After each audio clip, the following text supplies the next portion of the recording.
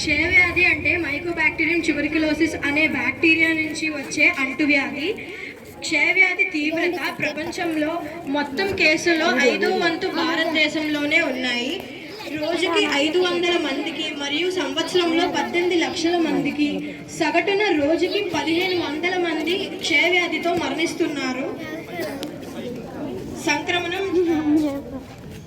వ్యాధి వ్యాపించే విధం క్షయరోగి తగ్గినప్పుడు వెలువడే కఫం లేదా కళ్ళె ద్వారా వ్యాపిస్తుంది.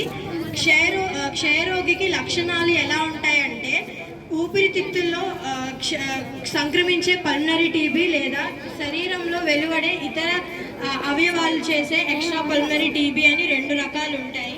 ఇప్పుడు వ్యాధి యొక్క లక్షణాలు ఎలా ఉంటాయంటే 2 వారాలు పైబడి దగ్గినప్పుడు కఫం లేదా కళ్ళే పడుట మరియు ఛాతీ నొప్పి, సాయంత్రం వచ్చే జ్వరము, మళ్ళీ ఆకలి తగ్గుట మరియు బరువు తగ్గుట, ఇలాంటి లక్షణాలన్నీ ఉంటే ఖచ్చితంగా గవర్నమెంట్ జనరల్ హాస్పిటల్కి వెళ్ళి సంప్రదించవలసి ఉంటుంది. మరియు వ్యాధి నిర్ధారణ అన్ని మైక్రోస్కోపిక్ సెంటర్లో నిర్వహించే కఫలం లేదా కళ్ళ పరీక్ష ద్వారా, ఇంకా x ray, fine needle aspiration cytology మరియు సిబి నెట్ అంటే కార్ట్రిడ్జ్ బేస్డ్ యాంప్లిఫికేషన్ టెస్ట్ ద్వారా ఈ టీబీ అనే వ్యాధిని మనం నివారించవచ్చు.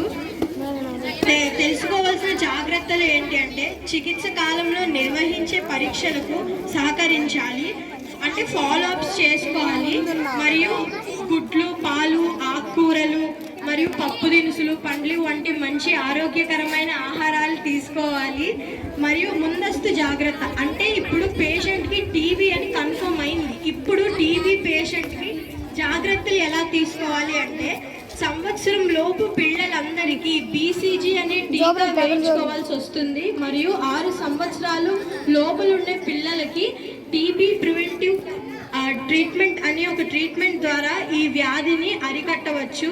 మరియు ఈ రిస్క్ ఫ్యాక్టర్స్ అంటే ఏ వ్యక్తికైతే ఇలాంటి లక్షణాలు ఉంటాయి వాళ్ళందరికీ టీబీ సోకే అవకాశం ఉంటుంది. అంటే ధూమపానం చేసేవాళ్ళు, మద్యపానం చేసేవాళ్ళు, మరియు తక్కువ రోగనిరోధక శక్తి ఉన్నవాళ్ళు అంటే లో ఇమ్యూనిటీ ఉన్న వాళ్ళందరికీ ఈ వ్యాధి వ్యాపించడం జరుగుతుంది తొందరగా.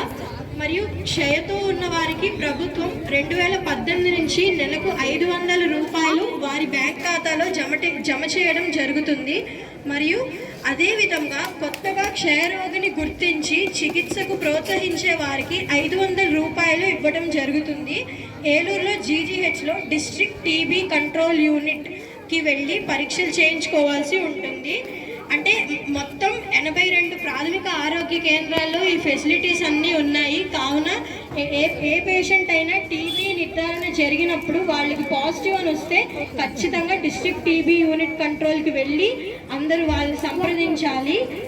ఇప్పుడు ఈ టీబీకి 6 నెలలు బిళ్ళలు వేసుకోవాల్సి వస్తుంది. ఈ 6 నెలలు జరిగే మందులకి ఖర్చు అంతా ప్రభుత్వమే భరిస్తుంది.